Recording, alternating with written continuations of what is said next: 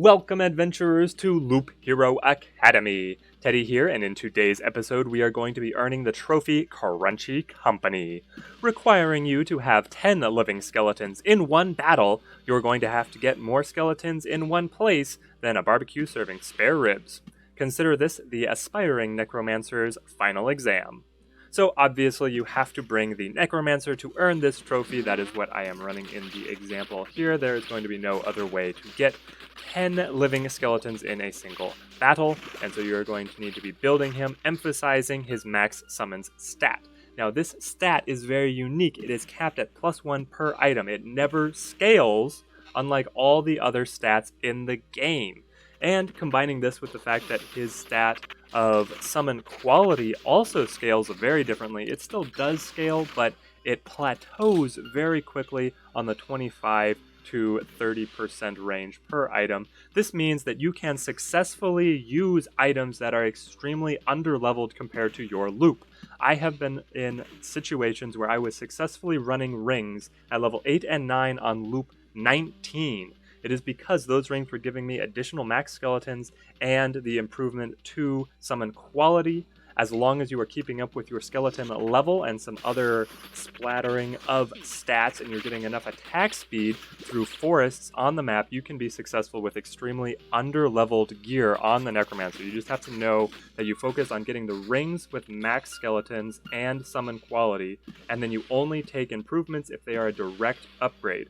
You keep your tome to keep your skeleton level up, and then you use your amulet to keep your shield large enough so that you stay alive, and you can kind of mix and match having additional summon quality or additional max skeletons across your tome and your amulet as soon as you get your rings locked into place.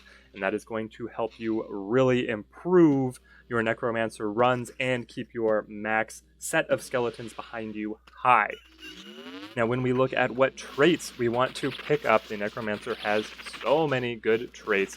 He has a few that you're always going to want to take early, like Unseen Care. This is giving you a permanent 0.5 bonus to energy armor for every summoned skeleton.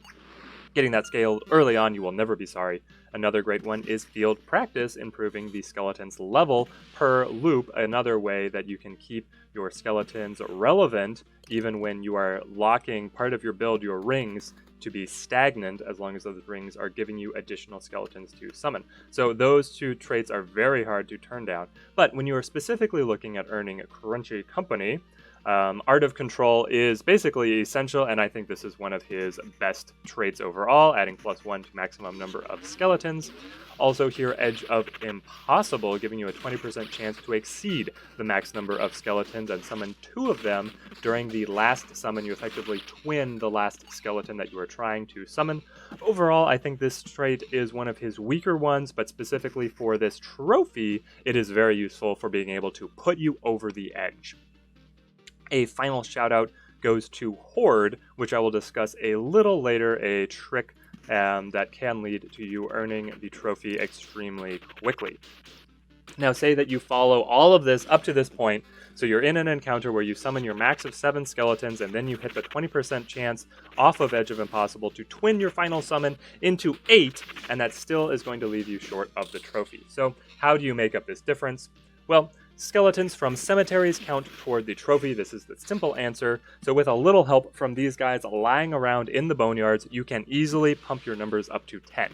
Now, I actually recommend that you do this run on Chapter 3 or Chapter 4. That means that cemeteries have a chance of summoning skeleton archerers, and skeleton archerers will join in battles taking place on adjacent spaces. So when we build a chain of cemeteries, that means that you can add the skeletons from one cemetery, as long as they're the archerers, into the encounter on the previous one, and that combination of getting the skeletons together from those 2 tiles into a single encounter is what is going to be able to put you up to the 10 required for the trophy. You can easily be facing 5 or 6 on the other side, and then whatever you have summoned just has to make up the difference. So, if you really want to max out the number of opposing skeletons, I recommend placing a chrono crystal next to your chain of cemeteries. This will cause the cemeteries to summon skeletons twice as fast, because usually cemeteries are actually one of the slower tiles to spawn enemies. Skeletons are meant to be fought in small groups because they are scaled to be pretty difficult enemies. So doing all of this is going to mean that your final encounter where you are going to hit 10 living skeletons is probably going to be a very difficult encounter, but to get the trophy you just have to have the 10 living skeletons. You don't actually have to win the encounter, as you are going to see towards the end of the video. So my final trick here is that you are going to want to place your cemeteries right after the campfire, so right at the very beginning of the loop, and then if you pick up the Horde trait, you are going to be able to enter that first encounter with 3 strengthened skeletons, and then your character is going to immediately summon a 4th living skeleton, and then you are going to be up against potentially 5 or 6 enemy skeletons, and there, just within the first moment of the encounter, you could be able to get the achievement right off. If you do not have that kind of setup, or if you need to be able to summon more skeletons to hit the 10, then getting attack speed is going to be crucial. So, to be able to get really high attack speed out of the Necromancer, you're going to want to combine thickets and rivers. You can see in my build here, I have done so, and I've gotten a fairly large additional attack speed on my Necromancer. The Necromancer does not lose stamina when he summons skeletons, so you can push it up ridiculously high. There is effectively no cap on how fast you want him to be able to summon up his horde of little friendly minions. So push it up as high as you can, and that will help you really get your numbers going. You need those numbers pumped up before you start eliminating enemies, so that you keep the total number of skeletons high in the encounter, rather than wearing down the opposing skeletons, killing them as you summon your own. Otherwise, you're not going to be able to reach the height of 10 that are required. Alright, let's have a look at the final encounter where I achieve the trophy here. We are facing 4 skeletons on the other side. 2 of them are archers. Our max skeletons is 6. But I hit the edge of possible on my final summon, being able to put me over the top right as I die in glory. Oh man, I was extremely disappointed because, as you can see, I was right towards the end of chapter 4 to be able to face Omega, and I thought I had a build that was going to be successful. Clearly I was wrong, but this was my consolation prize, was being able to pick up Crunchy Company, quite unintentionally, but hey, if it is a consolation prize, I will take it. You know, sticking around with the skeletons in the boneyard's not so bad after all.